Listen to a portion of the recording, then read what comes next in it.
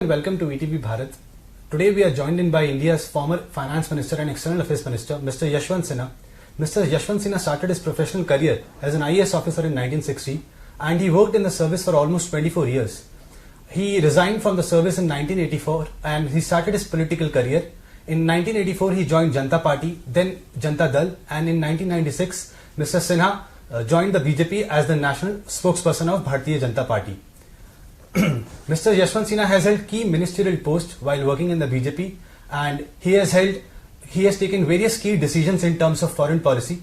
Welcome to ETV Bharat, sir. It's an honor talking to you, sir. Sir, first the controversy over hijab issue, then the ban on the sale of the meat, and then the communal violence that soaked the nation in various parts. Then we also witnessed the use of bulldozer in Madhya Pradesh and the communal violence that soaked the Jahangirpuri and the use of similar kind of a thing in Jahangirpuri also. Sir, how do you analyze this? Do you think that the secular principles and the unity of India is under an attack? You see, all the incidents that you have referred to and the issues which have been raised, like hijab and azan and halal and the rest of them, yes, are not accidental. They are part of a grand design of the ruling party, that is the Bharatiya Janata Party. And the design is what? The design is to divide society along communal lines between Hindus and Muslims.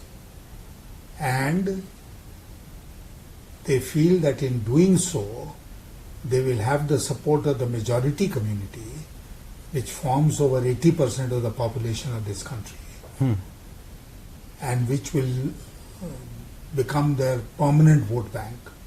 So they will be able to continue to be in power and win elections whenever they are held. This is the plan. They have no commitment to religion, to Hinduism. Their only commitment is to power, political power. And that is why all this is being done, so that society remains divided and the advantage accrues to them. So you refer to the term 80%. Even a few months back before the elections, CM Yogi also referred to this term that this elections would be between 80% and 20%. So sir, my question is, why do you think that the Modi government is so keen in playing the communal card? No, I told you that they are keen to play the communal card because they feel that if they get the majority support in this 80%, then 20% can be forgotten, can be neglected, can be ignored.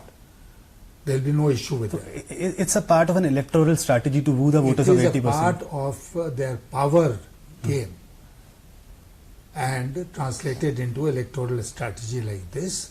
So they will continue to raise this. 2024 elections are less than 2 years away.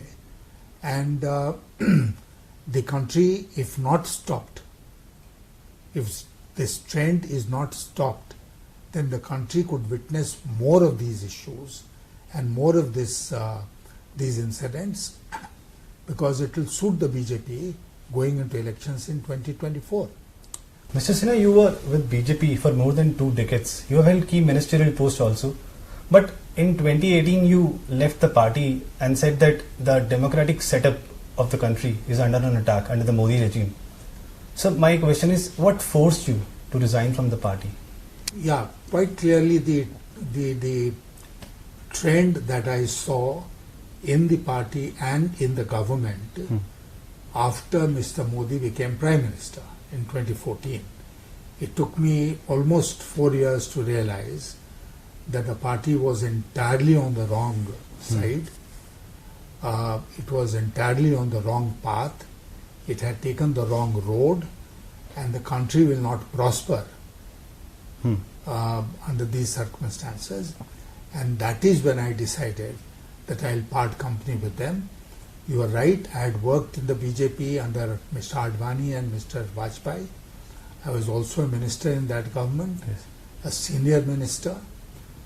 But never, ever did I feel the suffocation that I felt under Prime Minister Modi. Under Prime Minister Modi, because Mr. Modi and Mr. Vajpayee are poles apart in their approach, in their personality, in their outlook. And therefore working with Mr. Vajpayee was a pleasure. Okay. And not with Mr. Modi. Obviously not. Sir, there is also rhetoric in the ruling establishment that Mr. Sinha left the party because he was not given a key ministerial post under the Prime Minister Modi. So can you please... Nothing could be cheaper than this. It's a very cheap allegation to make. If you look at my career, I have only given up things. I gave up the IAS when I had 12 years of service left. Which madman will do this? You ask a BJP wala.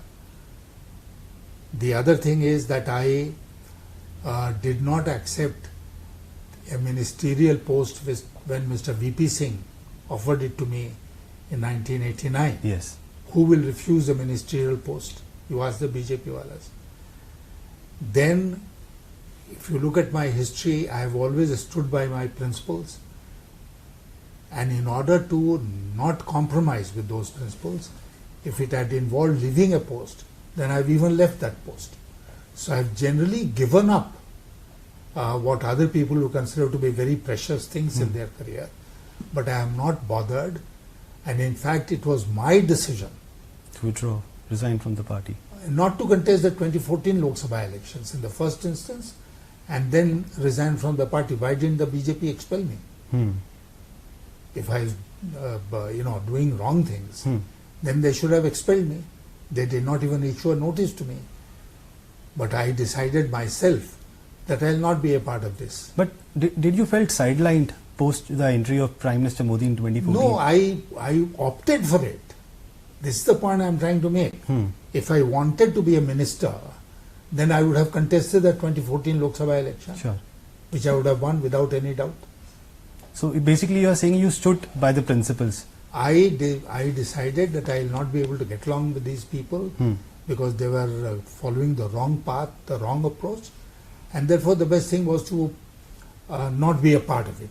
That was the first decision. Yes. And the second decision was to part ways with them. That came in 2018. So in 2021 you joined Trinamool Congress and you are now the current Vice President of the TMC.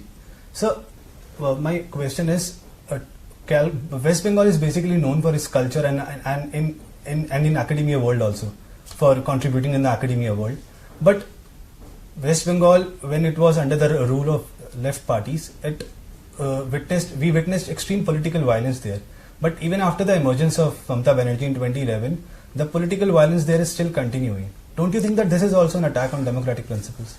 You compare the political violence, so-called political violence which has taken place in Bengal with the political violence which has taken place in Uttar Pradesh or maybe any other state. In Bihar also. In Bihar also. And you will find that the West Bengal incidents, unfortunate they are, have been publicized so much that the popular impression is that West Bengal is a very unsettled state. There is a lot of political violence in that state. So even a simple thing is immediately related to a political party. Yes. This is, if a rape incident takes place, a murder takes place. I was just coming to this. Yeah, somebody is attacked. It's a very unfortunate thing. It should not happen. But it is also unfortunate, equally unfortunate, that if this happens in one state, then you make much of it. Yes. If happens in another state, then you keep quiet about it. So, but Mamata Banerjee is a very big leader, but she gave a very controversial statement on the rape incident.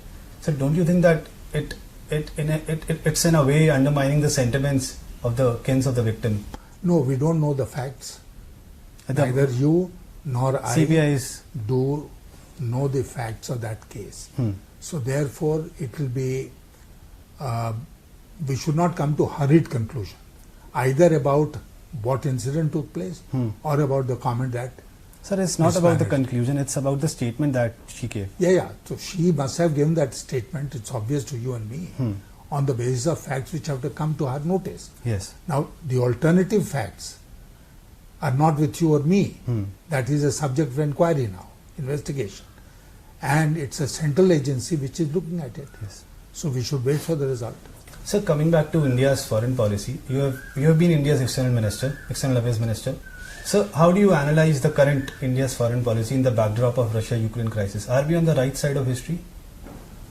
We are not on the right side of history, unfortunately, because the Russia-Ukraine crisis has raised a very big moral issue in international politics. Now, I know that politics is conducted on the basis of national interest, on the basis of reality, and moral principles have very little space in the conduct of foreign policy, though India had in its initial years set an example of moralistic foreign policy under Pandit Nehru and the other prime ministers. But there are occasions where you can't give a complete go-by to moral principles. I think Russia-Ukraine is one such event where you can't completely ignore the moral principles involved, and therefore what should India have done? One, I am not saying that we should have broken off with Russia. I am saying that if Russia is a friend, then we should have sent our foreign minister to Russia immediately and told the Russians that armed aggression is not the done thing. But we are in contact with both Russia and Ukraine. Even Sergei Lavrov, who is the foreign minister of Russia, came much later. He came much later. Yes. I am talking of the initial phase. I am talking of the initial phase. Russian troops went into Ukraine. That was the time when all this should have happened. One. In the initial days. Absolutely. On the very, even before the attack, or certainly within days of the armed aggression against Ukraine. The second is that India was in the best position to play the role of a mediator in this. Which Turkey and Israel did. Which Turkey and Israel tried to do. Because Turkey in itself is an and NATO if member. India did not want to do it alone, then we could have combined with Turkey and Israel and any other country which would have been willing to align with us in playing a role of a mediator. In fact, I like to remind you that when I was the External Affairs Minister between 2002 and 2004, I had set up an organization of 3 countries which was called IPSA, India, Brazil, South Africa. And one of the objectives of that combination, that grouping, was that we'll together play an important role in global affairs. That if somebody is going wrong here, somebody is going wrong there. Now, IPSA has been buried in BRICS. But why didn't we use the BRICS forum? We had the advantage of Russia and China being there. We could have used BRICS.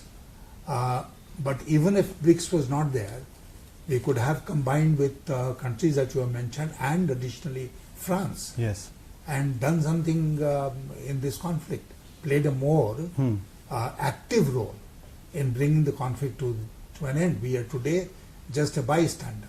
So, you are saying, are we standing on the fence at the moment? We are not even standing on the fence. We are just completely neutral or moral. We have abstained in the UN almost 12 times resolutions in the Security General Council Assembly or in the Security Council.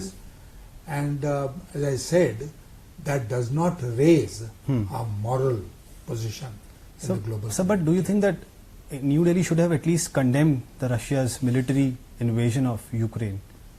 There is an example when the Americans had gone into Iraq in 2002. And a resolution was passed in the parliament. A resolution was passed when I was External Affairs Minister, in which we had deplored the American action. Something similar could have been done.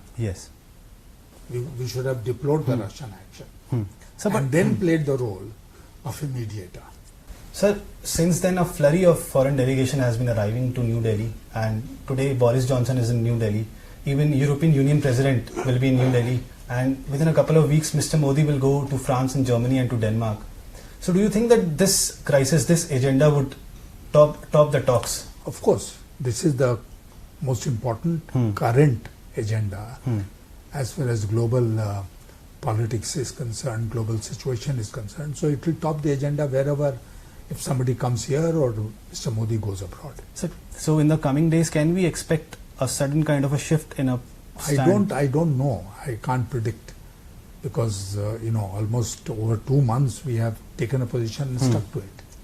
Sir, one more question, sir. When was the last time you met Mr. PM Modi, or you had an interaction with PM Modi or with Home Minister Amit Shah? I did not have any interaction with the Home Minister, Mr. Amit Shah.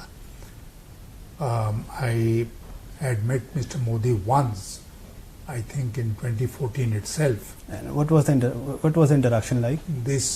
No, it was not the first interaction between him and me. I had basically called on him to invite him to come to Hazaribagh to inaugurate the railway line, which had come to Hazaribagh largely because of my efforts. So when Hazaribagh got connected with the railway line, I told Mr. Modi that it's a very important occasion. Mr. Vajpayee had gone to lay the foundation, you come to inaugurate it. And he accepted and he came to Hazaribagh. That was the last and only interaction I had as Prime Minister with Modi. Sir but sir एक सवाल sir यहाँ से ये भी उठता है ना कि सर आप इतने दिग्गज नेता रहे हैं, आप पॉलिटिक्स में सर इतने सालों से हैं और आप सिविल सर्वेंट भी थे, तो सर बीजेपी के मन में सर इतनी रिलक्टेंस क्यों है आपसे एंगेज करने में? डरते हैं वो। किस मुद्दे पे? वो डरते हैं। आज बीजेपी में किसी को अगर ये इम्प्रेशन है जैसा है और होना भी चाहिए, सिन्हा साहब बोलेंगे कि सिन्हा साहब किसी की चिंता नहीं करेंगे और सिन्हा साहब और मोदी जी के संबंध बहुत अच्छे नहीं हैं, तो बीजेपी में इतना डर भय व्याप्त है आज के दिन कि मुझसे संपर्क कोई रखना नहीं चाहेगा। कहीं पता चल गया कि सो यशवंत सिन्हा से मिले तो उनका मार्क कट जाएगा मोदी जी के कोर्ट में। Sir, do you still have any friends with in the BJP? I have friends, I have personal friends, but I don't want to risk their. No, I can understand. I risk their career or reputation by naming them. Sir, coming back to the Kashmir issue, sir, the Concerned Citizens Group, a civil society group which is led by you, has given out a report which says that the backing of Kashmir files has put minorities and mainstream politicians in Jammu and Kashmir at risk, and the mood has worsened in the valley since the abrogation of Article 370. The journalists there are at risk. So, sir, my question is, what is the solution then?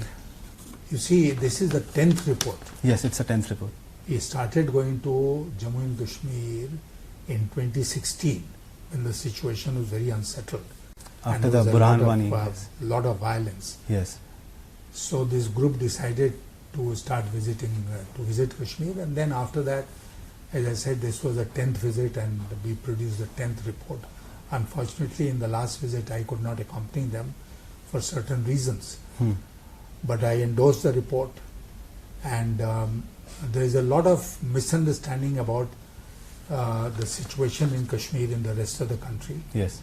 The rest of the country derives its information about Kashmir, one from the government of India and the other from the Godi media.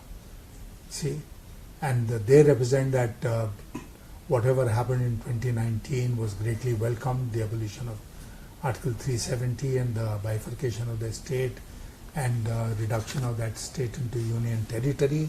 And the people are very happy. If you don't believe me, go and look at the number of tourists who are visiting the valley. But anyone who knows a little bit about Kashmir knows that Kashmiris also have to have food, and therefore they are not the ones who are going to stop the tourists from coming, because then their business prospers, and who would not like this to happen? But in the heart of their hearts, are they happy? No, they are deeply unhappy. They are deeply unhappy at the way the government of India has treated them, and it's not merely a few people in the higher echelons or in the government. जो आम है, जो आम जनता है कश्मीर की, वो बहुत नाराज है आज के दिन मोदी सरकार से, और वो बहुत ही डिसअपॉइंटेड है, फ्रस्ट्रेटेड है। लेकिन कश्मीर के लोगों का एक ये भी कैरेक्टर है कि वो इंतज़ार करते हैं कि कुछ अच्छा होगा, कुछ अच्छा हो जाए, और नहीं तो फिर कुछ करेंगे। So when was the last time you visited Kashmir? maybe about a year ago. Sir आप कहाँ गए थे कश्मीर में? हम लोग श्रीनगर गए थे और उसके पहले हम लोग जब गए तो बहुत कई जगहों में जम्मू गए, बारामूला गए, अनंतनाग गए, कई स्थानों पर गए. So, क्या सिचुएशन थी सर वहाँ पे? नहीं, वहाँ पर तो जैसे मैंने कहा कि हर बार हम देखते हैं कि inside the Kashmiri mind there is a deep resentment. अंदर अंदर बहुत गुस्सा है. Sir couple of years back mister Modi said कि दिल की दूरी और दिल्ली की दूरी कश्मीर और दिल्ली के बीच में कम होनी चाहिए, तो वो क्या कम नहीं हो पाई है? वो क्वाइन करते हैं, ये इस तरह के फ्रेजेस क्वाइन करते हैं. उनको उसके अर्थ से, माने से, मीनिंग से कोई मतलब नहीं है. कहने को कह दिया, बहुत बढ़िया हेडलाइन बना कि दिल की दूरी और दिल्ली की दूरी, लेकिन उसके बाद किया क्या? उसका तो कुछ नहीं किया. Sir post 370 abrogation you were few of the ministers who went to Kashmir. There were, I think Mr. Sitaram Yechuri was also there, Rahul Gandhi was also there, but you were forced to, you were not allowed to meet people. No, I was returned from the airport itself. Sir मतलब क्या आप sir बता सकते हैं कि क्या हुआ था? हम ये ग्रुप के साथ उतरे हैं. उन्होंने कहा कि आप इसमें से 4 लोग जा सकते हैं, आप नहीं जा सकते हैं. 4 लोग वो कौन कौन थे जो जा सकते हैं? हमारे ग्रुप के 4 और मेंबर्स थे. वजाहत हबीबुल्ला, एयर मार्शल कपिल काक, भारत भूषण जो जर्नलिस्ट हैं, and Sushobha Barve who is a social activist. तो इतने लोगों को उन्होंने कहा कि ये जा सकते हैं, लेकिन आपको नहीं. मुझे अलाउड नहीं है जाना. फिर बहुत बहस हुई. अल्टीमेटली उन्होंने एयरपोर्ट पे फिजिकली, डिप्टी कमिश्नर वहाँ के, फिर सीनियर एसपी आए, सब लोगों से बातचीत हुई, होती रही. शाम होते होते लास्ट फ्लाइट में उन्होंने जबरदस्ती हमको बिठा के भेज दिया वापस. सर आपको इसके पीछे कोई रीजन समझ नहीं आया कि 4 लोगों को जो ग्रुप में आपके साथ थे उनको जाने दिया, बट सेलेक्टिवली आपको नहीं डर जाती है सरकारें, डर जाती हैं कभी कभी. किस बात? हमसे डर गई, इवेंट से डर गई तो फिर दिमाग काम नहीं करता है और गलत कार्रवाई होती है. कि शायद आप वहां जाके ऐसी बात करेंगे और बाहर आके आप सच बोलेंगे या अपना पक्ष रखेंगे तो शायद सरकार को नुकसान होगा.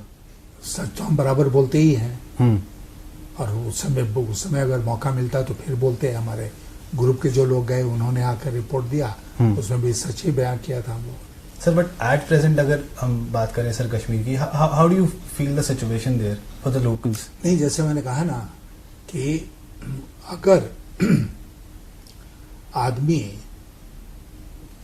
केवल रोटी से संतुष्ट हो जाता कि भाई हमको रोटी मिल रही है खाने को, तो फिर कोई बात ही नहीं थी. फिर कश्मीर बहुत खुश है आज के दिन. लेकिन रोटी तो जानवर भी खाता है, आदमी को उससे ज्यादा चाहिए. वो ज्यादा जो है वो कश्मीरियों से ले लिया गया है और उनको वापस नहीं किया गया है. इस बात को लेकर उनमें रिजेंटमेंट है. सर इसके अलावा सर आप प्राइम मिनिस्टर चंद्रशेखर जी के सर बहुत क्लोज थे, आपके काफी अच्छे रिश्ते थे सर उनके साथ. तो सर मतलब जैसे आप पुराना भी अगर हम मीडिया डिस्कोर्स उठाएं तो आप कहते हैं कि उन जैसा ह्यूमन पर्सनालिटी शायद ही कोई पैदा हुआ हो इस मुल्क में, पॉलिटिकल सर्कल्स में. तो सर ऐसा कोई आपको ऐसा लीडर लगता है कि शायद उनमें वो खूबी है चंद्रशेखर जी के बराबर की, कि उस तरीके से वो मैच करते हैं उनकी पॉपुलैरिटी को, आइडेंटिटी को? नहीं, मुझे नहीं लगता. मैंने ये चांस की बात रही कि मैंने पॉलिटिक्स चंद्रशेखर जी के साथ ही शुरू किया. एक तरह से वो मेरे राजनीतिक गुरु थे. आप उनको मार्गदर्शन मानते हैं? Political mentor. And I learned a lot from him. And the most important lesson that I learned from him was that despite political differences you could still be friends. Yes. Mrs Gandhi ने उनको 19 महीने jail में रखा था emergency में, लेकिन he had no ill will towards missus Indira Gandhi. और जब संजय गांधी का प्लेन गिरा था जिसमें उनका डेथ हो गया था, Chandrashekhar was the first to reach the Lohia hospital. तो सर हम कोई मतलब अगर हम कंपैरिजन करें, क्योंकि in politics we tend to compare two personalities with each other. नहीं, वो मुझे लगता है कि सही नहीं होगा. हर पर्सनालिटी अलग होती है. लेकिन सर हम चंद्रशेखर जी की ये खूबी थी. चंद्रशेखर जी को कैंसर हो गया था जी। उनके हार्ट की सर्जरी हुई थी, वो बहुत बीमार थे, वो मुश्किल से बोल सकते थे, मुश्किल से चल सकते थे। उसी समय मुझे भी कैंसर हो गया और किसी ने उनको बताया कि यशवंत सिन्हा को कैंसर हो गया है, तो वो तुरंत मेरे घर पर आए। जब उनको भी कैंसर था? उनको कैंसर था, वो हार्डली चल सकते थे, और मेरे यहाँ वो आए, उन्होंने मुझे जो भी मशवरा देना था वो सब उन्होंने दिया, सारी सहानुभूति सिंपैथी दिखाई, और वहां से वो सीधे फिर अस्पताल जा रहे थे। तो कौन करेगा ऐसा? Sir, any similarity between Chandrashekhar ji and prime minister Modi? नहीं, मैं दाढ़ी के अलावा कोई दूसरी सिमिलैरिटी नहीं देखता हूँ। सर मतलब मैं सर ये सवाल इसलिए पूछना चाह रहा हूँ कि इतने सालों का तजुर्बा है सर आपके पास, शायद इतने सालों का तजुर्बा शायद ही किसी पर्सनालिटी के पास हो कि इतना साल उनको रहने, संवैधानिक पोजीशन मिलने में सर वो बहुत बड़ी चीज़ होती है। तो सर मुद्दा यही उठता है कि पीएम मोदी सर खुद अपने आप में अब इतने बड़े पॉलिटिशियन हैं, उसके अलावा देश को लीड कर रहे हों, तो ऐसी क्या रिलक्टेंस है कि वो एक दिग्गज नेता से इंटरेक्शन नहीं चाहते? जरूरत नहीं है। अच्छा, अगर आपको ये पता चल जाए या आप अपने को कन्विंस कर लें कि दुनिया का सारा नॉलेज आप ही के पास है, सारी समझ आप ही के पास है, आपसे बेहतर कि इस चीज के बारे में कोई नहीं जानता है, आपको किसी के एडवाइस की जरूरत नहीं है, तो फिर आप क्यों एडवाइस लेंगे? यशवंत सिन्हा हो या एबीसीडी कोई भी हो। तो शायद पार्टी को जितनी जरूरत थी आपकी उतना इस्तेमाल हो गया, अब शायद अब जरूरत नहीं है। हमको भी जरूरत नहीं है उस पार्टी की, इसलिए मैंने कहा ना कि पार्टी ने हमको नहीं निकाला, आपने खुद रिजाइन किया, छोड़ दिया। सर लास्ट क्वेश्चन सर जैसे आपने स्टार्टिंग में बोला कि 2024 के चुनाव ज्यादा दूर नहीं है, तो सर पीएम मोदी के खिलाफ कौन एक टफ स्टैंड दे सकता है, उनको कंपटीशन दे सकता है अपार्ट फ्रॉम ममता बनर्जी? नहीं, कई लोग हैं जो कि देखिए बहुत सारे स्टेट्स हैं ना जहां पर कि रीजनल लीडर्स हैं, वो चीफ मिनिस्टर हैं। फॉर एग्जांपल जैसे उद्धव ठाकरे हैं महाराष्ट्र में, जैसे ये है डीएमके स्टालिन है, टीआरएस हैं, कई लोग हैं जो कि अपने अपने राज्यों में चीफ मिनिस्टर हैं, और नेशनल लेवल पे बहुत सारे लोग हैं। तो इसलिए वो इश्यू नहीं है आज के दिन कि मोदी को टक्कर कौन देगा। इश्यू ये है कि मोदी की जो सोच है उसको टक्कर कौन देगा। तो sir with in the BJP कोई ऐसा कैंडिडेट है जो उस स्टैचर को या उस... मैंने कहा ना कि BJP today has become a party of slaves, उसमें किसी में दम बचा नहीं। तो सर शायद आप इस चीज को रेफर कर रहे हैं, the fight is not between the parties, it's rather about the ideology which BJP adheres to. Absolutely. और ऑपोजिशन में कोई भी अगर कुछ करना चाहता है तो they will have to come with an alternative narrative in 2024.